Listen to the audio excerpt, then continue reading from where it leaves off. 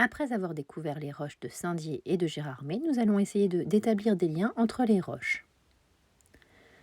Nous allons travailler plus particulièrement sur le granit qui peut exister sous 3 états. Le granit dit sain, celui que nous avons vu la semaine dernière. Il existe aussi le granit altéré, qui a alors cet aspect que vous allez parfois retrouver au niveau du champ de roche. Et enfin, l'arène granitique, qui va se présenter sous cette forme. Comme la semaine précédente, je vais vous demander de compléter le tableau en vous aidant des observations de la vidéo et du document pour les 3 états du granit, le granit sain, le granit altéré et l'arène granitique, pour lesquels vous devez m'indiquer la couleur et l'aspect, la cohérence, la porosité, la présence de quartz, ainsi que la composition par lecture graphique. Pour la lecture graphique, vous disposez de ce document qui montre l'évolution de la teneur en minéraux d'un granit sous l'action de l'eau. Vous allez y trouver les différents minéraux qui composent le granit sous ces 3 états. À vous de le lire de la manière suivante. Si je prends l'exemple du granit sain, ici en abscisse, on peut lire la composition. On voit donc qu'il est composé dans un premier temps de quartz, comme je le montre par la petite croix verte, à environ 8,5. Ensuite, on peut voir qu'il est composé d'un autre minéral qui s'appelle le feldspath, qui se situe aux alentours de 7. Et enfin, d'un troisième et dernier minéral qui correspond au mica, aux alentours de 4. Vous pouvez donc noter la composition du granit sain avec ces 3 éléments, avec les quantités appropriées. Pour lire la composition du granit altéré, il suffit de se placer au niveau de l'abscisse, au niveau du granit altéré, et de lire verticalement quels sont les éléments qui le composent. De même pour l'arène granitique. Vous pouvez donc, à l'aide de ce graphique, compléter la dernière ligne du tableau donné. Pour compléter le reste du tableau, vous pouvez observer la vidéo et voir les tests qui vont être réalisés, dans un premier temps sur le granit sain.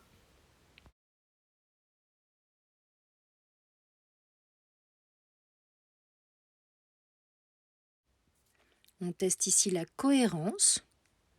N'oubliez pas de revoir les définitions si nécessaire. On teste ensuite la porosité.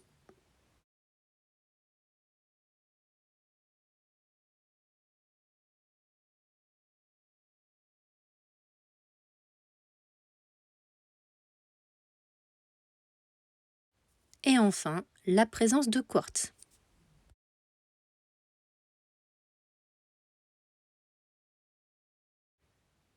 Passons ensuite au test sur le granit altéré que voici.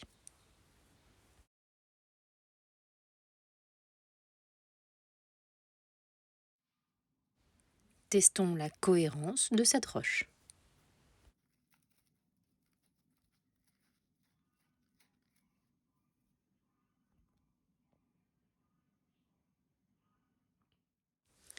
Testons ensuite la porosité du granit altéré.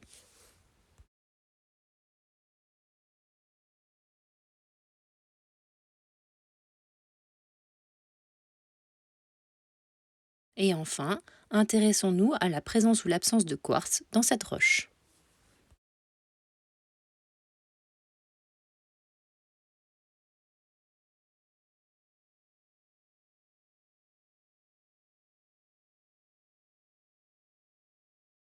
Passons enfin au test sur l'arène granitique, qui a cet aspect.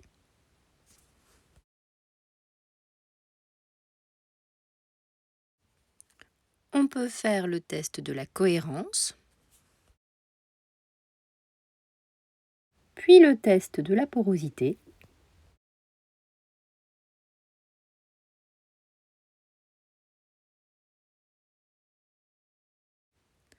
et enfin le test permettant de déterminer la présence ou l'absence de quartz.